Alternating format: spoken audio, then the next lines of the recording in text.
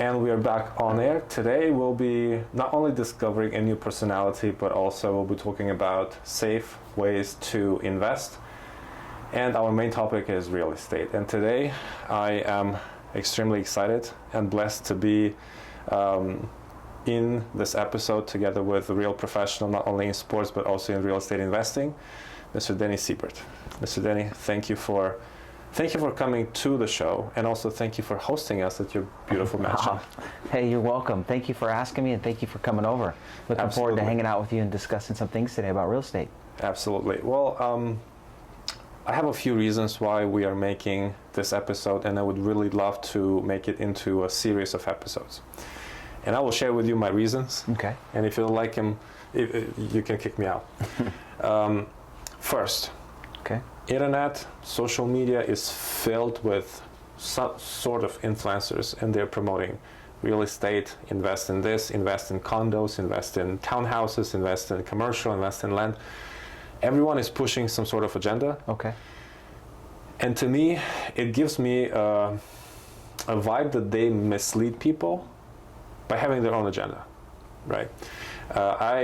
With my team, with our podcast platform, we're trying to help small businesses and individuals to actually play better and safer, so everybody in the community is doing well. Okay. You've done quite successful in real estate for yourself, and I've got a lot of questions from our Hollywood community. How to do better financially. Mm-hmm. You probably have heard of strikes in Hollywood, and that they were struggling to pay the bills, pay the rent. Mm-hmm. And when I heard some of them saying that, hey, I've been in this business for over 10 years and I can't pay my rent, that raised a question in my head, like, what were you doing in the business? You were an employee and you didn't really manage your financials. So, before we dive into the whole thing, how did you get involved in real estate? Why? And how did you develop your career? Some highlights. So I got back in real estate back in 2001. And 2001 is a much different time than in 2024. I guess the great thing or the good thing about being in real estate since 01 is you learn a lot. And you know, Las Vegas in particular oftentimes is always on a going up a good market. It's always done really, really well. In fact, it's often quite weird or challenging when the market changes. And a lot of in the real estate business, as real estate agents go, a lot of them don't make it or can't survive. Heck, a lot of them can't survive even when the market's going up, because there's a short supply of inventory, right, and they don't know how to do anything different to set themselves apart, to stay consistent and make sure that they are successful. This business has a lot of rewards. It has a lot of opportunity for people, especially if they want it. It's out there, but unfortunately, you made up a good point. A lot of people get stuck and go into these classes or paying for these seminars, and basically people, in my opinion, they're just taking their money. You want to get with people that have boots on the ground and that understand and they understand their area, like the Las Vegas market. I've lived here my whole life. I was born and raised here. I've seen this town go from 250,000 people to 2.5 million people, and I've been here the whole time. You know, only was gone a little bit for college, but other than that, I've been here. So I've watched it blossom and grow, and I've seen, you know, what can happen. The thing is you want to, you know, when you find a market you're interested in, you want to jump into the market, but you want to be smart about it, right? When I did my best investing in Las Vegas, I bought the most real estate in a down market, not when the market was up, going up. I bought in the down market. But here's what I started saying. This market for many years is always going up and up and up. So when do you buy? When is the right time? And the keys to that is, you know, what are interest rates doing? What is the market doing? What does the future look like? What is the job situation? And what's changed Vegas a lot over the last 5 or 7 years is the Golden Knights came here, the NHL hockey team. And then right after that, the Raiders came here. And now the Mark Wahlberg is investing, and now they want to bring the movie business over here, and that's bringing different kind of buyers here. California has been very difficult as far as taxes and everything, and so people are looking for a way out. A lot of people are coming this way, and so I think those things in COVID, just constantly made jumps. We're right now in some interesting times because interest rates a little over a year ago, 18 months ago, started going up, and you have some people on the sidelines. We're in an election year right now, so people are waiting to see what's going on there. But all in all, Vegas is taking care of itself, and I believe it'll continue to do that. You just mentioned we are in Las Vegas right now at your mansion, and the reason why is because most of our viewers are in California. Okay. We're getting viewers from Florida, from New York, from the East Coast as well. I'm glad that our podcast is developing. But one of the main reasons why we're having this podcast today with you in Las Vegas is that we want to open up more information and more opportunities because, as you said, California is not the greatest place to invest in real estate. The taxes are extremely high, the properties are extremely old, you don't know what's going to break tomorrow. And in one of our conversations you mentioned to me that when you started you worked for a developer. I did. And you basically were making money out of air when the prices were going up. You also said that now the time is different. What can we still possibly get if we invest in Las Vegas? What can you get? So you can get a lot more of a home, a lot more square footage for a lot cheaper still than you can in California. But the key is with the interest rates right now and investor interest rates, so the game has changed quite a bit. You could not too long ago, an investor could get in at 3 or 5 or 10% down. Now an investor is looking at 25% down minimum, right? And their interest rate is still going to be probably north or 8% or higher. Right. And that makes it, with what the rents are in Vegas, it almost makes it's not worth doing it, right? So typically 1031 exchanges, if somebody wants to exit a market and they're paying cash or putting at least 50% down, now the numbers start making sense. But the play, in my opinion, still is the appreciation. Right. If you can get in the game and play the game where the home is taking care of itself and you're not going in your pocket, my mortgage payment is $2,200 and I can only get $1,900 in rent, then I wouldn't touch it. I wouldn't touch the investment. You have to be cash positive. You have to put money in your pocket every month, and then you can build from that. I also think, depending on who's listening, what's the age of our investor or our buyer? I would tell a younger person, mid-20s, late 20s, early 20s, to be a little more aggressive and go ahead and take a little bit more risks. Take the loan, work hard. Hopefully you have a decent job. Maybe it's okay to take a little bit of loss for a young person because they're going to start building their wealth or their portfolio. Other investors are just looking for a safe haven where they can plant some money and it will grow. And I believe Vegas will grow, but once again, you have to buy right. Like, I wouldn't just come in town and say, hey, I want to be in Summerland. What's the going rate for Summerland? I'm just going to go buy a house there. I wouldn't recommend that. If I was going to come into Summerland, I would first look, hey, has there been a death, a divorce, a bankruptcy, a loss of job, and I would look at for those particular houses. Typically, those particular houses you can get a discount on. And if you start getting a discount, then if you have some bumps in the road as you're holding that property, it makes it more worthwhile because now you're not losing money right away from your investment. You bought at the right time, so you have a little bit of spread, if things don't go your way, instead of if things don't go your way, you automatically start losing money. Right. You mentioned about the cash flow, and all of the influencers are talking about you have to build cash flow. I've researched California. It's almost impossible. You're always in the minus, especially with the difference that you are paying upfront and the bank's estimate. Now in Las Vegas, in my calculations, you are still you could be in a bit of a positive, depending obviously on the deal. When you have clients working with you, how do you advise them to strategize which steps to make in order to actually get some positive cash flow? So right now, in our particular market, and it's probably going to be like this for the next probably 3, maybe 6 months.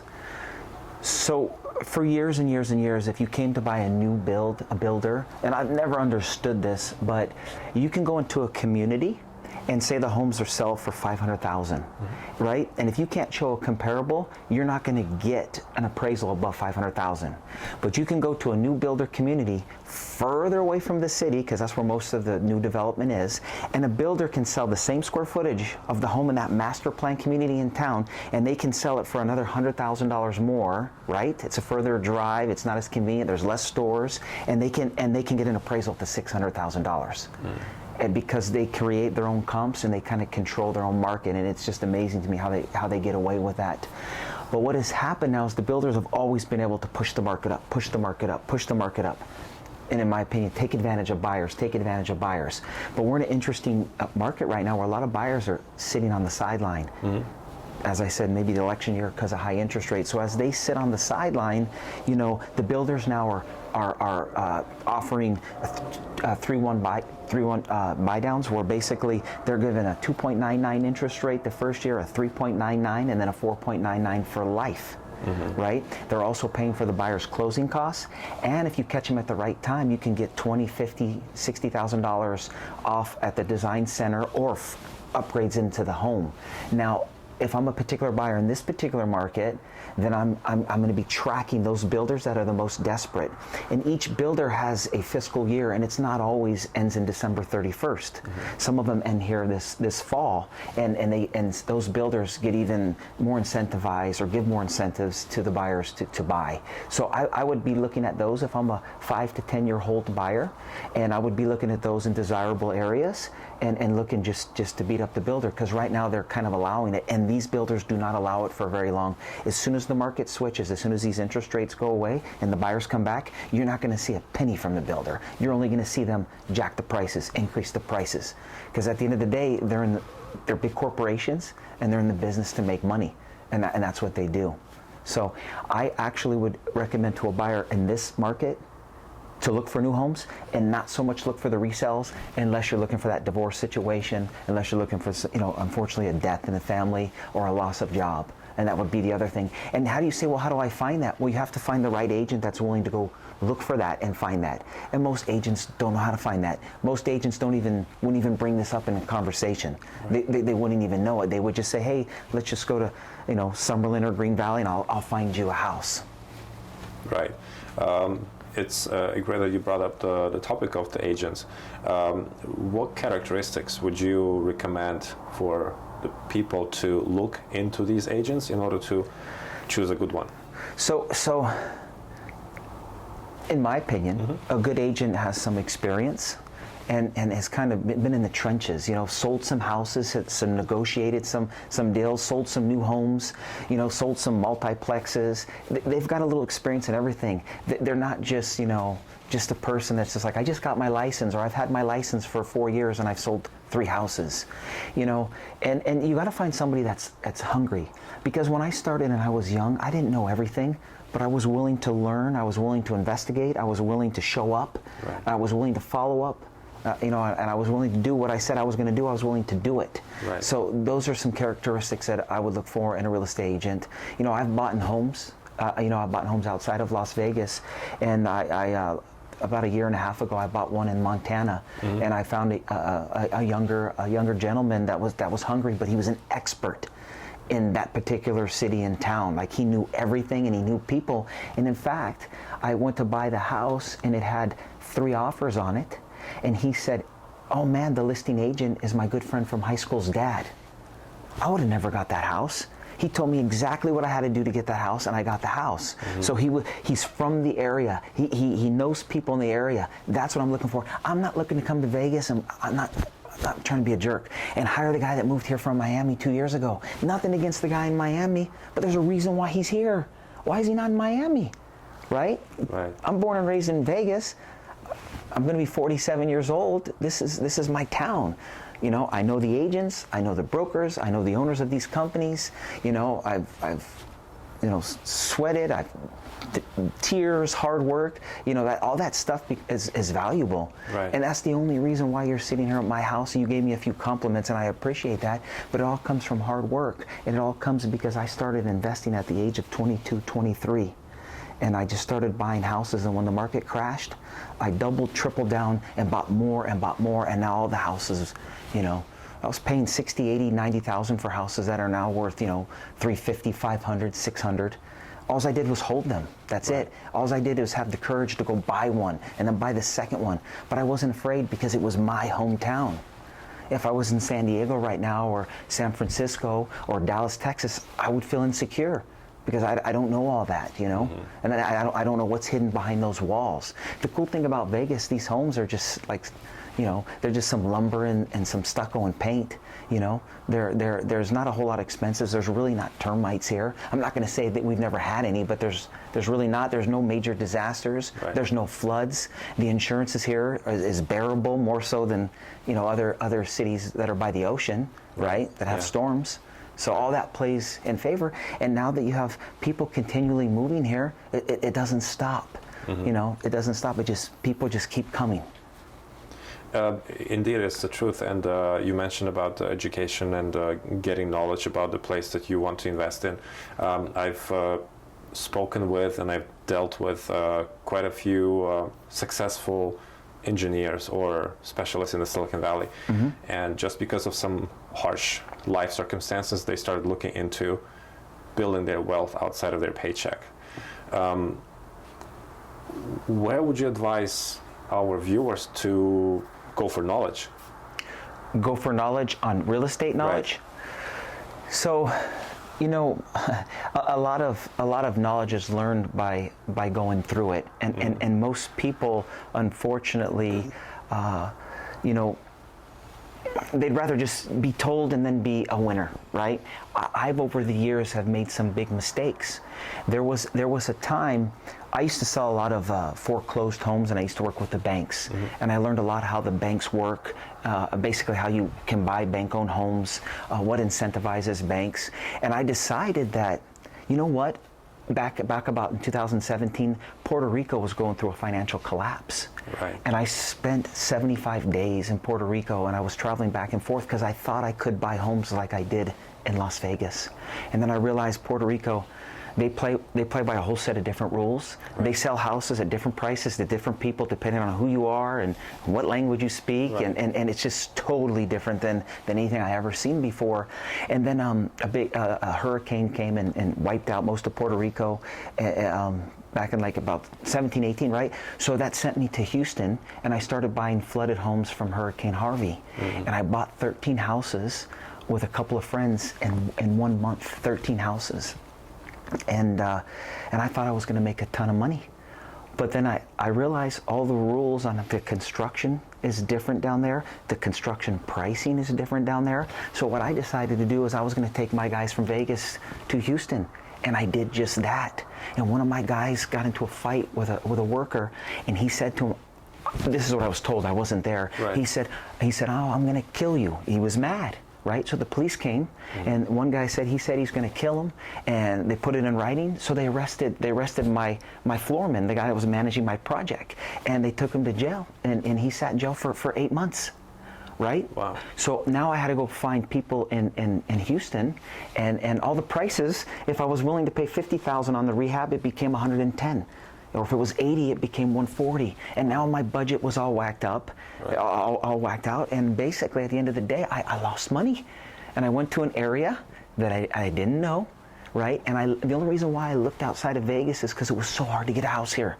You know, it was one of those times where everybody was coming, and everybody was bidding up the house and bidding up the house. And I got frustrated. So I went and learned the hard way, right? So, here, that stuff that doesn't happen to me here, you know, just because of I don't. But I don't press, you know, I don't press, and oh, I'm going to buy everything. You know, not every market is a time to buy, right? It kind of is in the right situation. How to choose this right situation? So how to choose it is understand what situation you're in. So right now, builders are given the deals. Right.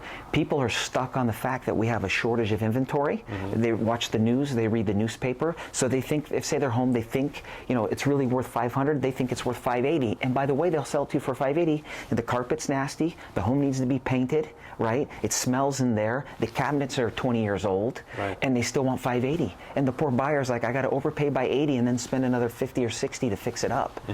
I see that a lot. And I wouldn't buy those houses. So I would look for deals from the builders in this particular market, and then slow and steady. Pick up a home, get comfortable with it, understand how you're renting it out, cash flow it, and then buy another one. Mm-hmm. All right, but if you come over and you tell me I have an investor that's small potatoes for him, he wants to go big. Right. Then at that point in time, how much money are we talking? What's his or her comfort level? Mm-hmm. And then you pick the area that they're the most comfortable in, and then you aggressively you go in there.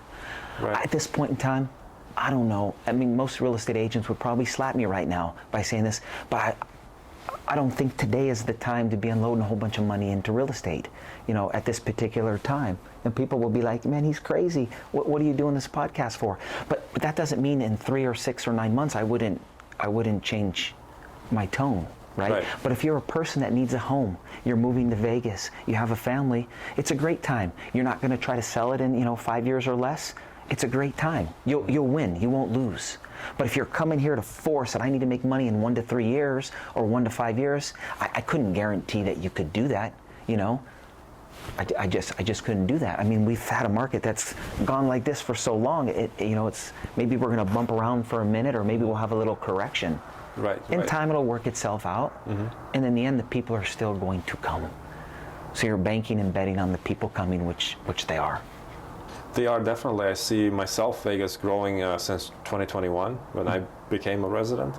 And how do you see with this expansion of the city? And you mentioned to me that you've known Vegas from 200,000 people to over 2 million. Yeah. How is the city with its capacity dealing with so many new residents? I actually feel the city's doing a really good job about that. Mm-hmm. For the last year and a half, 2 years, it's felt like every freeway is being, torn down and redone or built on, and they're prepared. And getting prepared for the growth. There's also one of the issues here is we don't have a lot of our land that you see. You drive into Vegas, you see all this land, and you think people own it or corporations own it. Our government, the BLM, owns it, and it's a very hard and difficult process for the government to release that land. And it typically is auctioned off, and typically the builders will get it, and they don't do it often enough. So we really have kind of a shortage of land here in Las Vegas, and that's another issue why prices will continue to go up in time. Right. You've mentioned that you got a little frustrated with the situation in the market, and you went to Texas and you went to Puerto Rico to check markets over there. Why didn't you decide to build your own? So I've never built a home from scratch, mm-hmm. and I oftentimes beat myself up on why didn't I do that. And in fact, that's something that me and my a business partner and broker that I've done a lot of business with, him and I talk about, mm-hmm. That's most likely our next step. Land, you have to. Land is expensive too. So one of the issues, and I understand this, is a piece of land that I could have bought a half acre or even an acre for $100,000 to $250,000, 10, 15 years ago. Once again, people know there's a shortage of land, so now they want $350,000 to $600,000, and now the price of construction has gone up so much. So it would be my first time doing it.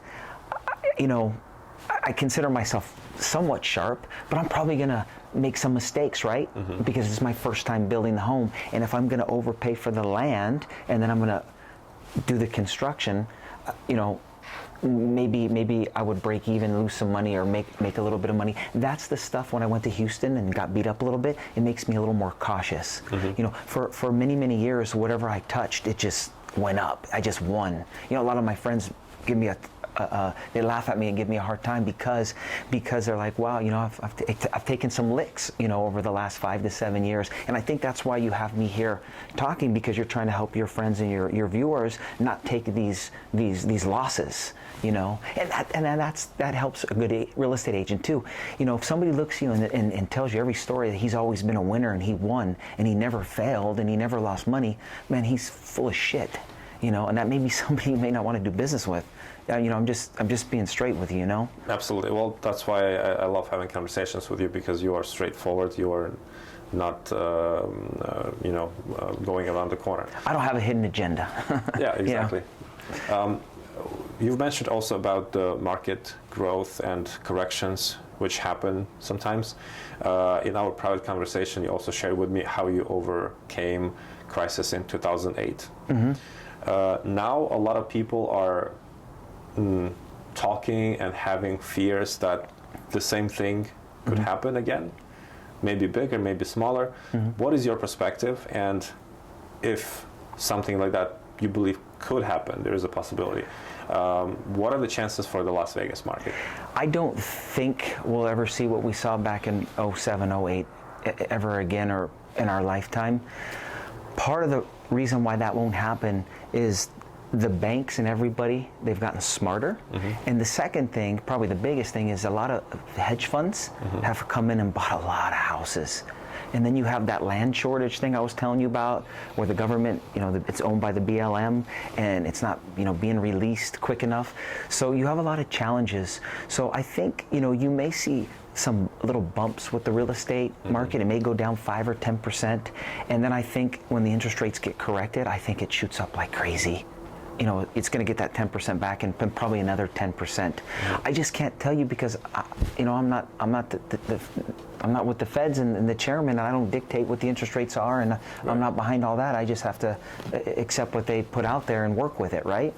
So I think, with that, I think I answered your question, right? I think I did. I think my mind's just racing to try to answer it too. Yeah. Well, the way I read about the crisis in 2007, 2008, that Las Vegas got beaten the most out of other places in the U.S. And now I'm checking different apps, and I do see the shortage of supply in Las Vegas and around Las Vegas. However, for example, in Florida, they have too many options, and I see a lot of price cuts. Which are killed in Florida. Right. I was just talking to a broker here in town last week about this. Homes for $2 million going to 1.5. Yeah. Homes 1.5 down to 1.1. A lot. He was explaining to me a lot of the issues with that is the insurance. The homes became so much, and they're so vulnerable down there in some areas. HOAs. A lot of the same thing is in Texas. A lot of price cuts, and I would say quite a few states, maybe with a few exceptions, they have too many options of the inventory, and we see a lot of price cuts. Versus Las Vegas is in blue. It's the low. Well, my understanding also in Florida is that there was so much land, and they just started building like crazy on all this land, right? And you can't do that here in Vegas. So it's restricted. It's not just build whatever you want all the time. So I think that's a reason. And then the hedge funds, as I said a moment ago, they own so much. They took a lot of homes off the market. And then in that crash in 2008, the builders were building, I think in that year, 06, they built over 50,000 new homes. And then after the crash, it went down to like 7 or 8, 10,000 homes. So it dropped so much. And then the builders kind of like were trying to figure out how to build and when to build again and when to be aggressive again. And because they kind of slacked off for so many years, then all of a sudden this demand came like crazy. And so really my understanding is the builders can continue to build 20, 30,000 homes, and it's still, we need a lot of time to absorb those homes. Right. In your knowledge of Las Vegas market and maybe the surrounding area, which types of properties are the most popular here? Single families, duplexes, multifamilies? So my opinion, multiplexes in Vegas, that's a tough gig. I've been to other places of the country where I see a duplex, a fourplex, a sixplex, and I'm like, man, this is beautiful. The surrounding area is beautiful. You got shopping, stores. The freeway's not too far away. You have beautiful landscaping. Here, I can take you to where a lot of those fourplexes are, and you may ask me, let's just head back the other way. They're older, they're beat up, they're just not very desirable. Okay. They're just not. So people here typically like the new home community that the builders offer, and people then do like, some people like the custom homes, right? Where people build those as well on usually a little bit bigger lots. So, yeah. Las Vegas consists of a few different areas. For example, Southern Highlands, Henderson, Master plan Summerland. communities, yeah. Right. Which of those, in your experience, are growing faster and they make more sense to invest in? So Summerlin is probably the most, or one of the most expensive and most desirable. It's also huge, and it makes up a lot of the west and northwest part of the valley, mostly the west. And it's well done. It's beautiful. They've done a great job with that. So Summerlin is very desirable. And then if you come into the south, there's Green Valley Ranch, Anthem Seven Hills area, and McDonald Ranch is very desirable. But the issue is all that has been built out, so you have to go further south. And when you go further south, you're further away from the freeway, from the airport, from the casinos, and from a lot of the action. So you find yourself driving up and down hills Well, it's still 20 minutes versus 2 hours I know. in Los Angeles. When you live here and you make that drive, you're like, this is miserable. When you come from California, people are like, man, this is nothing. Yeah, I hear that all the time. Right. Which areas do you believe will continue developing relatively more aggressive? For example, Summerlin. The Northwest. The Northwest is going to continue to be aggressive, and North Las Vegas also. There's some land there, and they'll continue to go out into the north. So, I think the city is going to continue just going out. I don't think as much you're going to see going south or towards California. Why not? I don't think so, because that land is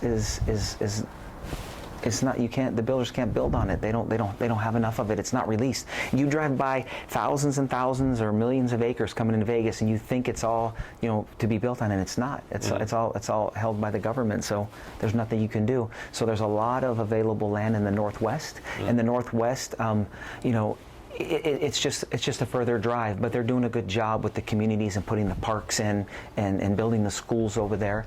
But what's a little bit inconvenient, and some people, if they don't mind, is sometimes the stores and the shopping's not there. So you may find yourself buying a home, and then you have to travel to get to the grocery store or whatnot. But it all comes, within a few years. Eventually, the builders get it all built out. You've mentioned the infrastructure, and especially schools, school districts. I know in California it's a big thing. Everybody wants to get a place in a good school district so their kids could go to a good school, or even just to play with the price, because it will grow up in price.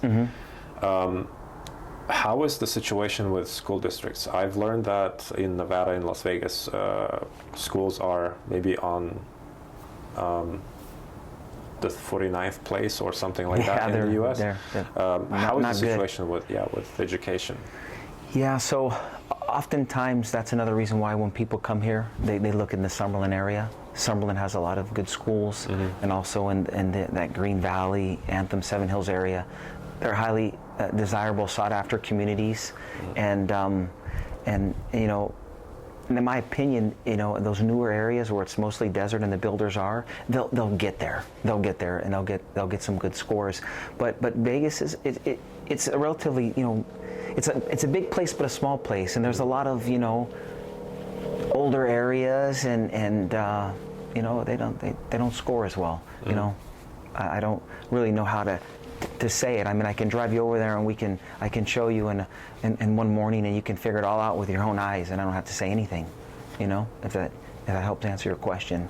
Definitely, except for Summerland, which is quite known that it's a sort of luxury area. So I assume the schools would be better, and maybe they have private schools. What about Spring Valley? Southern Highlands, Enterprise. Yeah, they also have a lot of private schools within that area, and very, very desirable. Those master plan communities, typically with the schools, they're all dialed in, and people go after them. But in those master plan communities, you're gonna pay more, and that's part of it. They bring the schools, the parks, the stores. They make it very convenient, and you pay for it. But to be honest, when California people come over and see the prices, they typically don't care, because they're like, oh, this is nothing. We're used to paying 3 times this, so it's not really a big deal. So then if they have kids and schools are important to them, they'll zone in on that. But I had to tell you, in the 24 years I've had my real estate license, once you spend time with people and you go into those communities, once they pick a community, then they just settle in on the school. Very, very, very few times it was adamant it had to be that school, it had to be that school, because sometimes when you have to be that school, you kind of pigeonhole yourself, and then you pigeonhole, maybe you have to spend a lot more for home, then you realize it's a lot less square footage, and sometimes it's the bedroom count's not there, you have no backyard, so then people catch on real quick, and then they're like, okay, we'll go over to that other master plan community, I like that better, and the schools will be just fine. Right. In many cities in California, I don't know about all of them, but I know quite a few cities, they are now pushing plans to have homeowners build ADUs, JADU or something like that, and then even divide that lot and possibly sell one of them, increasing the amount of homes by this. How is the situation with this in Vegas? I haven't heard of it. I haven't seen it. Yeah, so I think that's in very populated areas, right, where they're trying to add on some homes on lots that were zoned a certain way for many, many years. Yeah. It may happen and exist out there, but I personally haven't seen it. We haven't gotten there yet. Another pains which we have in California, except for taxes, high taxes on real estate, which are just again, they are adding more and more and more. Insurance companies are leaving California, and those which are still there, their prices are skyrocketing. Home warranty, all these services are. How is the situation here in Las Vegas with the taxes, with all of these? So fortunately, our tax situation isn't bad at all. You pay just under 1%. It's like 0.92%, 0.92%. And when you buy the home, it goes off the value of the home the day you bought it. So like, say for example, when I was buying my homes back during the crash and after the crash, they came up with some law back then that only allows them, they limited it. So every year the home value can only go up 3%. So if I bought that home for $80,000, every year it only goes by 3%, even if the homes are selling for $400 or $500. So for me, it's, and investors that bought back then, huge tax savings. But at the end of the day, Nevada's not bad for that. It's under 1%. It's a fair number. Now the insurance, I've noticed on my rentals and my homeowners and stuff, everything has gone up. Everything has, and I would say a good 20% on average. It's gone up, and it doesn't make it where the numbers don't make sense, but it does. It is a difference. You notice that.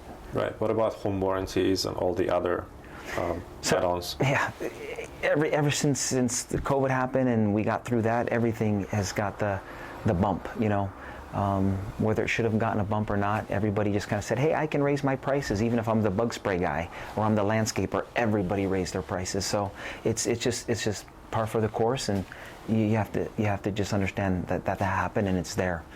But it's nothing where it should kill your deal or make you not be able to be a winner or make money off your investment. Right.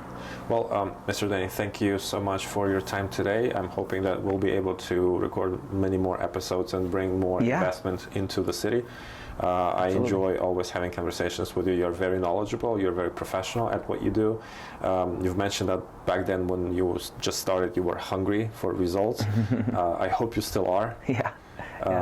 And everything about you tells me that you are good at what you do because of your shape.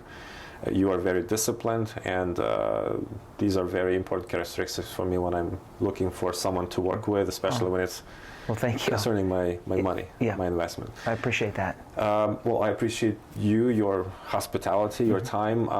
As a closing remark for today, maybe adding like a little cliffhanger, your message to the viewers and to hopefully your future potential clients.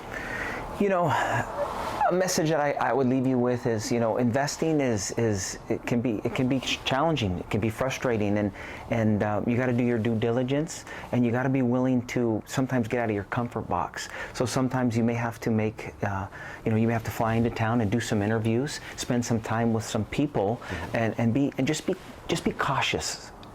Right now, every situation is different. Right, everything's different. So when I mean that, it depends, like investors, how much money they're investing, why they're buying, why they may want to buy, what their goals are. And those are things they have to understand, and somebody like myself would have to understand to best help them. But take the time, and I find when I put the time into something, and that's when I do my best. When I make decisions and I jump at things, and I assume things are going to be a certain way, a lot of times that's when I get stung. So that's what I would like to leave you guys with, is don't be lazy and don't be shy, and take the time to get out there and interview people. And if you'd like to call me and pick my brain, I'd be happy to help at any time. Well, we'll definitely leave your contact information, which you would provide us under this interview. Mr. Denny, thank you so much for your time again for your hospitality. And please welcome to our next episodes. Let's share more.